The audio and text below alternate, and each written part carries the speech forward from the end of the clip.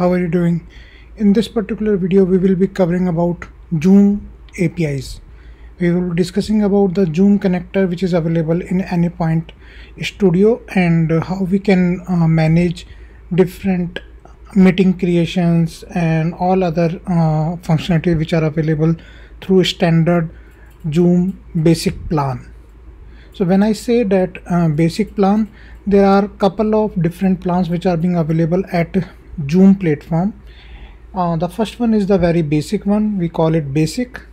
The second one is pro, and the third one is for the business related.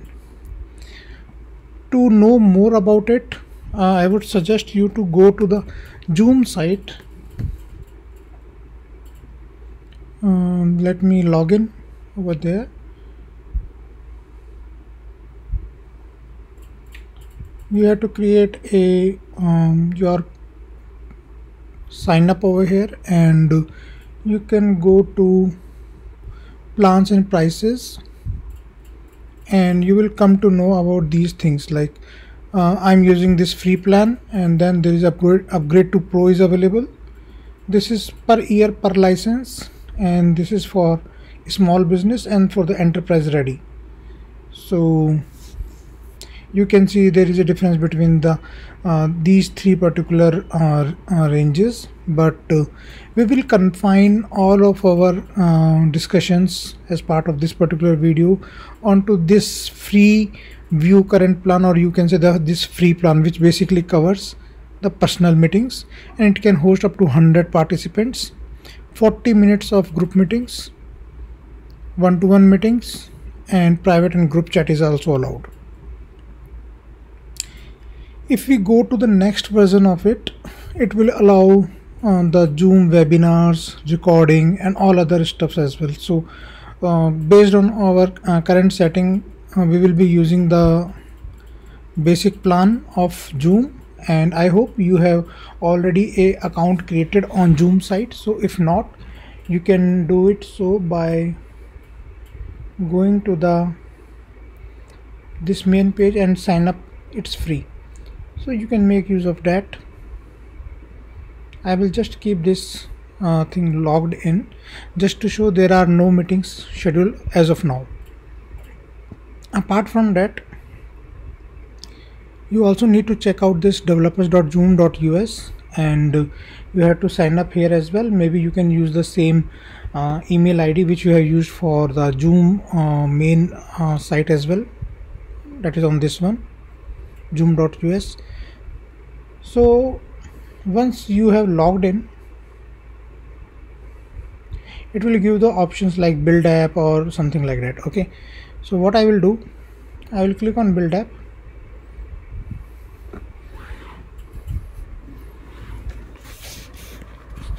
and here it shows the different type of the applications which are available.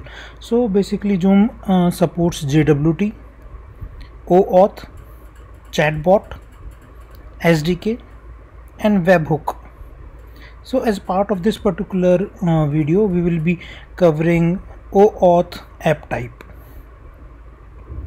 So as you can see, you can build an app that accesses user authenticated data for use with third-party applications, and it gives the option to create your client ID and client secret. So I will click on create. Let's see what happens. I need to select this user managed app because I want it to be managed by individual users, and I don't want it to be available on marketplace. So I will disable this particular button. You can put any name, just for the sake I am putting it as a test, and I will go in and click on create. It will take a couple of seconds, and you can see client ID and client secret are already generated. For redirect URL, we will use our same format.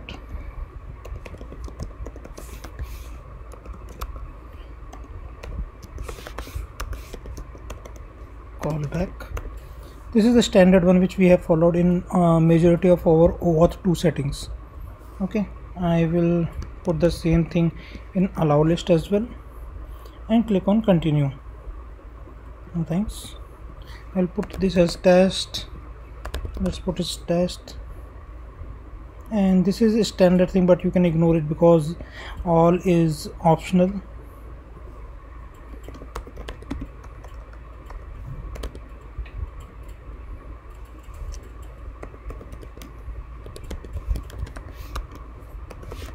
I'm just putting the mandatory fields only. So that's it. Click on continue. Verification token, but for now we can ignore it because we don't want to use it further. And the next thing is scopes. So see, these are the different scopes available, but as I mentioned, the plan which I'm currently having for Zoom platform is basic, so I will be covering mainly on the meeting part of it. So I can select this one so that I can view and manage my meetings. Otherwise, if you are a corporate or enterprise user, you can go for webinars, select view and manage your webinars. For recording as well, take the right option, because what it will do, it will give you the entire thing, like whatever you require. It will make you the super admin. It will not bug you in between the development. So you can have the different tenancy for that, like different environment. Basically for dev you have a different Zoom environment, for test different environment, so forth. And so similarly for chat, contacts, all the things you can select, and finally click on done. And you can see meeting, webinar, recording, user, chat, contacts, PAC, phone and TSP, all these are scopes. Let me tell you why I am putting an emphasis on this. I am just selecting all the right permissions so that by default read will be available. Again, I am reiterating this thing, like it may not require as part of this particular demonstration, but I just want to make a relation between the scopes available over here and the one which will be available at Anypoint Studio level.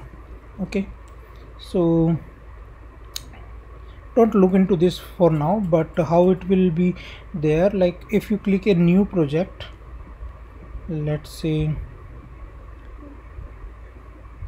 let me minimize it, I'm just searching if we have any test, my favorite project name, test.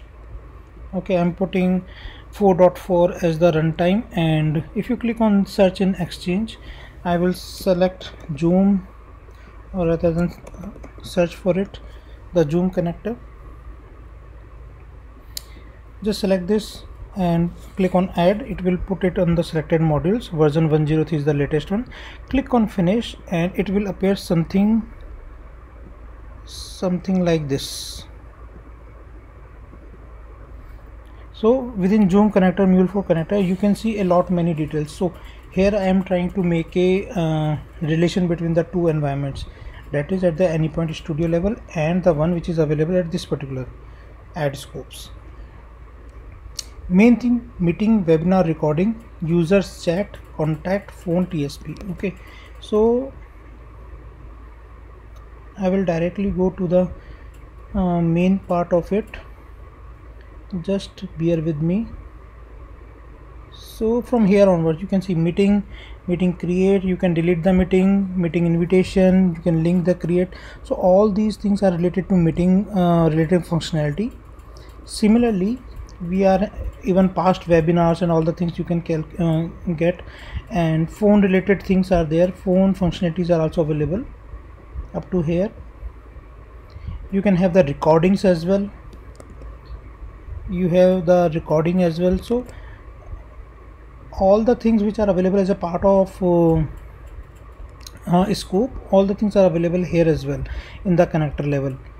So let me show you the webinar part as well quickly. This is for the user related things. Okay, permissions, if you want to create any assistant, co-host, tokens, many things. Webinars you can create, even you can pull up the polls, you can get the registration reports, registration status, questions you can set, and all the things. And what I find, this particular reporting section is also very interesting, because it will give you the detail of webinar participants. So let's suppose you have shared a webinar link to the different customers, and you want to know on a particular date how many have already registered to you. So the one way to identify it is go to the my meetings and go to the webinars. As of now it will give me error like it is not available. Otherwise there will be a reporting tab as well which will be enabled over here somewhere, and from there you can download the CSV file format. You can try this out in your enterprise edition of Zoom credentials as well. So again, coming back over here, you have to click on done, and once it is being done, go to the activation. This is the URL for the authorization URL, but all these settings I have already done, and the name of the app which I have created was this one, MuleSoft Zoom. So just make a note of these client ID and secret, because this will be used in the configuration of Zoom connector. So once you have added the Zoom connector in your workspace of this particular project, all these options will be enabled. Okay, and I have created two basic flows just to demonstrate the Zoom connector functionality. There are many other available based on your plan of Zoom platform, but for the sake of showing the Zoom API functionality, I have used only the meeting related functionality, or you can say the operations. So one second, it is not allowing me, so let me delete this one. It unnecessary got popped up. So I just want to show the configuration of the Zoom connector. You have to just click on this plus sign and a window will pop up. So you have to mention the consumer key. Consumer key here is this client ID. Then secret is the same, as you can click on copy and you can paste over here. These two things will be automatically get populated, that is authorization URL and access token URL. Make sure you are selecting the OAuth connection provider. We can have the option of bearer as well, but OAuth is now a de facto you can say the connection strategy all over the enterprise. So I am going with the OAuth connection provider. Then the OAuth callback config, the HTTP listener config you have to provide. You can click on plus sign and you can configure the by default. I am taking the by default settings. This is the callback path, this is the authorization path, and this is the external callback URL. Make sure this particular callback URL matches exactly what you have mentioned in over here. Okay, otherwise the OAuth dance will not happen. That is, the communication between the two platforms will give errors. So now coming back to this particular flow, what it is trying to do,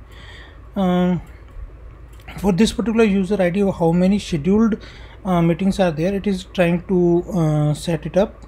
It will try to create a list out of it, and finally it will pick up one of the meeting IDs and it will give more details out of it. So let's try to run this first, and let me check the action is /zoom. So let's click on send button. It will take a couple of seconds. So it is showing some sample meeting. Let's see if there is anything on the platform as well. So it doesn't turn up anything because because this was a late meeting, like it's already happened. So what we will do, let's try to schedule a meeting first.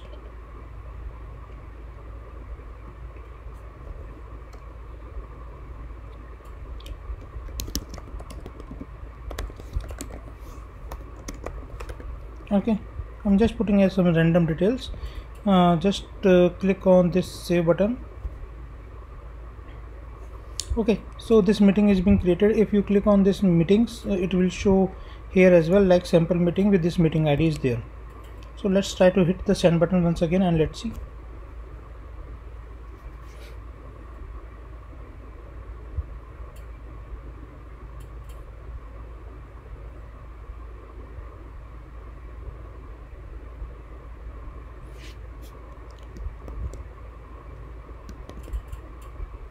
Okay, so if we go back to the console, let me try to show you. This is the agenda of sample meeting which we have created. This is the payload. This is the which we are logging, and for a particular meeting we are taking out the details. Okay.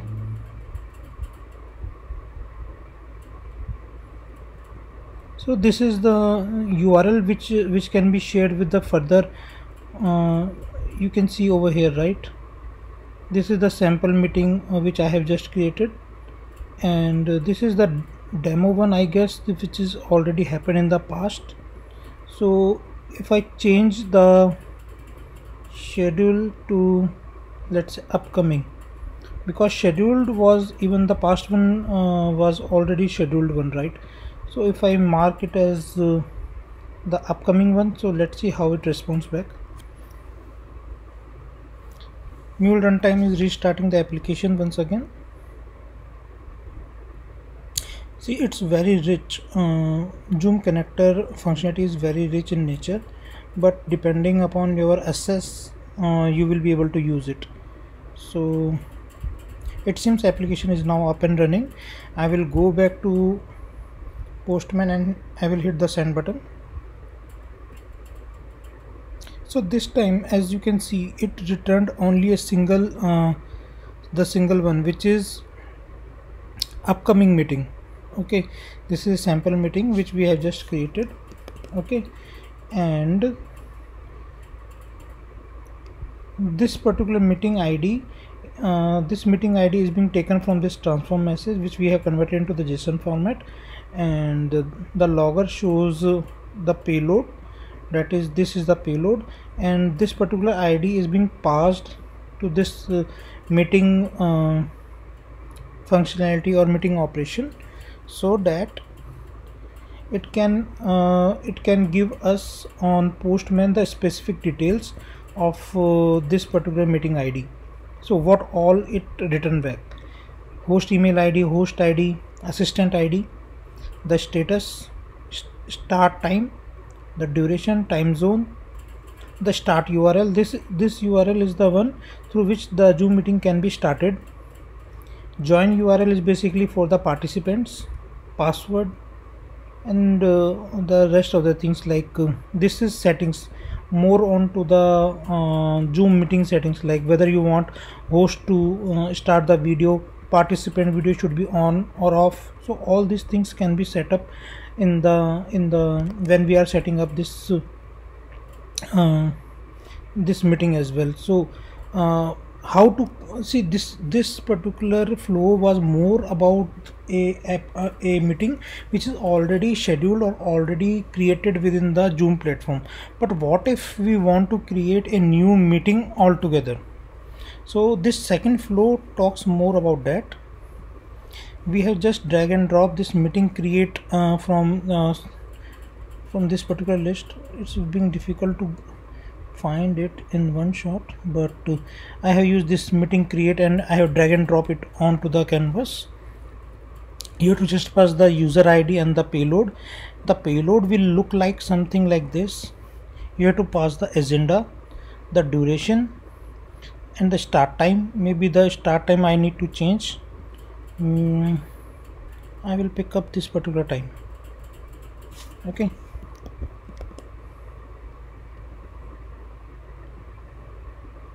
I will put this as the start time, and that's it. Meeting will be created. We will log the payload stating meeting created, something like that, and then we will create the meeting invitation. This meeting invitation can be directly fed as an input to a particular mail ID, using the different mail connectors which are available within Anypoint Studio. We can make use of that, but this will create a you can say a hyperlink or something. Some message will be there. I will show you. And meeting invitation, this is a simple logger. So let's save it and wait for Mule runtime to restart the application. In the meanwhile, I will go back to Zoom platform, and as you can see, there is only a single meeting which we have created earlier. Now it should create the second meeting as well. Let's see if application is up. Yes, application is doing good. I will go to the Postman, and before going to Postman, let's check the action of this listener. That is meeting create. This is the meeting create. I will click on the send button. Something is created. Okay, make a note of this meeting ID 7763472 ending with 3472, and there is some password. But let's first check onto the platform whether it is being there or not. So you can see 7763472 ending with, and the name of meeting is integration. This is the meeting URL which you can join. Now let's go to the Anypoint Studio to understand it better.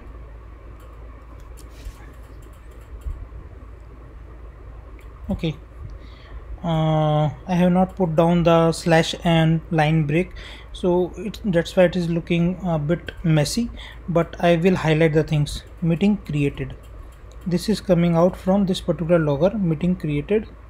Okay, meeting created, and after that this particular payload is generated.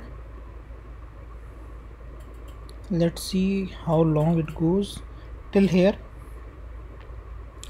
After that, meeting invitation is being created, and this logger says meeting invitation. That is meeting invitation, and after that this particular payload which is being available on the Postman as well, invitation and this particular string, and ending with the passcode, and invitation. So this particular flow, what it does, it creates a meeting and creates a meeting invitation out of it, so that it can be used as a body text to any email through which we can send it to the different participants. And even in meeting functionality, there is something related to participants as well. Just bear with me, let me show you. So you can make use of meeting registrant create, registrant status, and yes, meeting registrants should be the thing through which onto which this particular invitation should be sent, basically just as a reminder or maybe something like that. So I know I have covered a very small subset of all these functionalities which are available under Zoom connector, but the main idea was to give how we can create a auth connection so that we can make use of all these different functionalities which are being available for Zoom connector. I hope you like this video, and it will be helpful in your assignments coming up. And thanks for watching, and hit the share and like button. Thank you. Have a great day.